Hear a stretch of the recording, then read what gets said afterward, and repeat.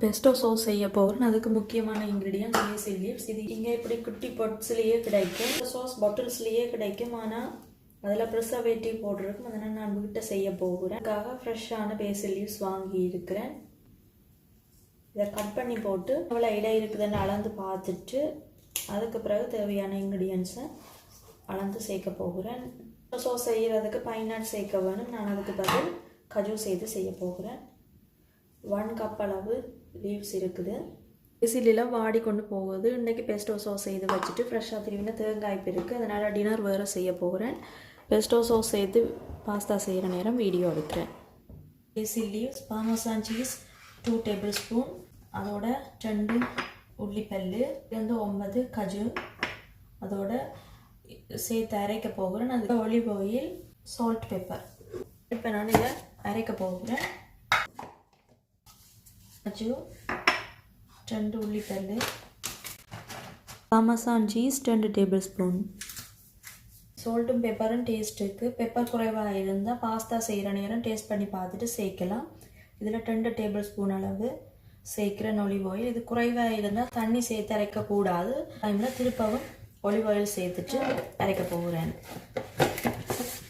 கொஞ்சமாக olive oil சேர்க்குறேன். ஒரு கிளாஸ் ஜாரில் ஸ்டோர் பண்ணி வைக்க போகிறேன். ஒரு வீடியோவில் பார்த்தேன், கிட்ஸுக்கு லஞ்ச் பண்ணுற நேரம் பான் ரோஸ்ட் பண்ணி போட்டு அதிலையும் அப்ளை பண்ணிட்டு கொடுக்கலாம் சலாட்டோடு சேர்த்துட்டு.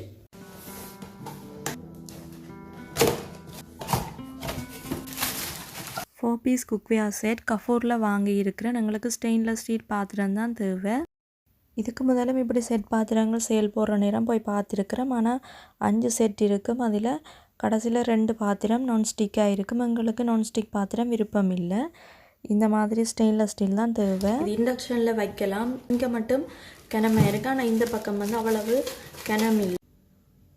3 பாத்திரமும் மூடியும் இந்த இடத்துல அட்வான்டேஜ், இந்த கைப்பிடி இதில் இப்படியே மடித்து விடலாம். மடிச்சுட்டு அப்படியே எல்லாத்தையும் ஒன்றுக்குள்ளே ஒன்று வச்சிடலாம். நிறைய இடம் தேவையில்லை.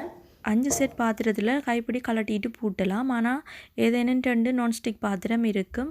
இது போகிற நேரம் இருந்தது ஸ்டெயின்லெஸ் ஸ்டீலில். இதை வாங்கியிருக்கிறேன். கைப்பிடி கலட்டி பூட்டுற பாத்திரத்துலையும் நிறைய இடம் பிடிக்காது. ஆனால் அதில் நான்ஸ்டிக் இருக்குது. இதிலும் இந்த கைப்பிடி இதில் வந்து அட்ஜஸ்ட் பண்ணக்கூடிய மாதிரி இருக்குது. அதனால் நிறைய இடம் பிடிக்காது. இந்த பாத்திரம் 4 லிட்டர், 2.5 லிட்டர், இது 1 லிட்டர். இதோட ப்ரைஸ் நான் ஸ்க்ரீனில் கொடுக்குறேன். டெக்கரேட் பண்ணுறதுக்காக குட்டி பம்ப்கின் வாங்கி இருக்கிறேன். பாஸ்தா அவிய வைக்கிறதுக்கு தண்ணி கொதிக்க வச்சு அதில் கொஞ்சமாக உப்பு சேர்க்குறேன். அதோட 1 கப் பெனி பாஸ்தா எடுத்துருக்கிறேன். அதையும் கொதிக்கிற தண்ணியில் சேர்த்து 15 நிமிஷம் அவிய விட போகிறேன். பாஸ்தா அவிய வச்சு வடித்து வச்சுருக்கிறேன். கொஞ்சமாக ஒலிவ் ஆயில் விட்டுட்டு இது ஹீட் ஆகினதும் கொஞ்சமாக செரி டொமேட்டோஸ் எடுத்து வச்சுருக்கிறேன். இதை கொஞ்சம் வதங்கிட்டு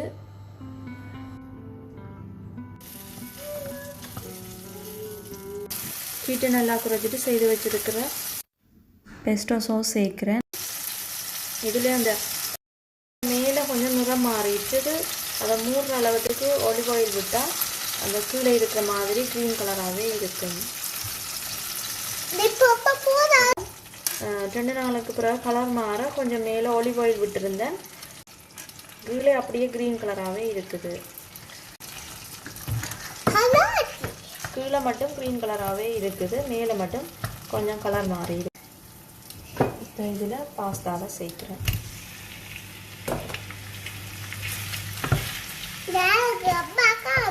இதில் அடியில் ஒட்டி பிடிக்காம இருக்க கொஞ்சம் பாஸ்தா அவிக்கிற தண்ணியையும் எடுத்து வச்சுட்டு சேர்க்கலாம்.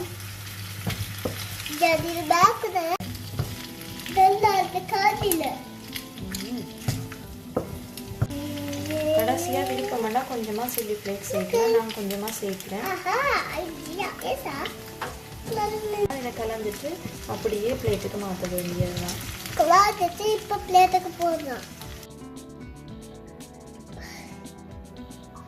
பழைய தளபாடங்கள் வீசி இருக்கிற இடத்துல இருந்து மரத்தாரான கீழ் எடுத்துகிட்டு வந்திருக்கேன். இதை நல்லா கழுவிட்டு டிஐஒய் பிளான்ட் ஹேங்கர் செய்ய போகிறேன்.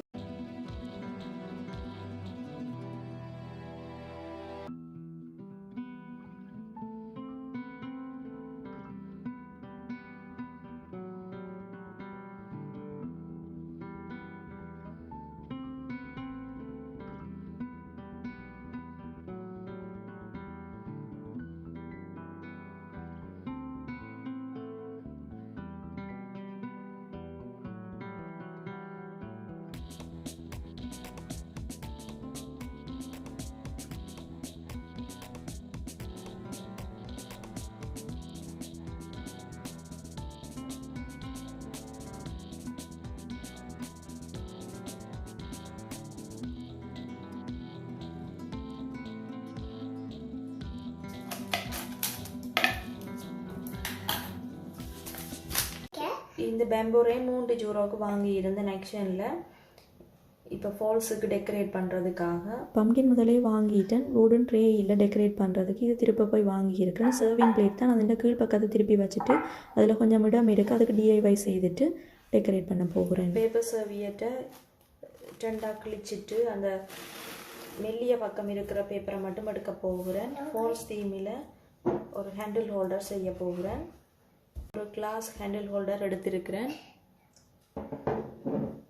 அதோட மேபிள் இலையும் எடுத்திருக்கிறேன், ஆரஞ்சு கலரில் இருக்கிற மாதிரி.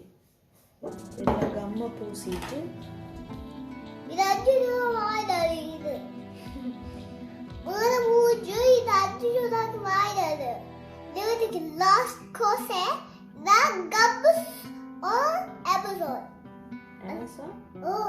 அமேசான்ல வாங்கினீங்களா?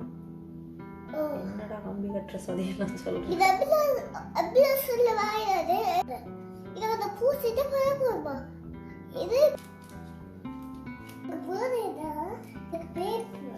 உருளைக்கிழங்கு வார பேக் ஆரஞ்சு கலர்ல இருக்கு. இதுல பூ செய்து பார்க்க போகிறேன்.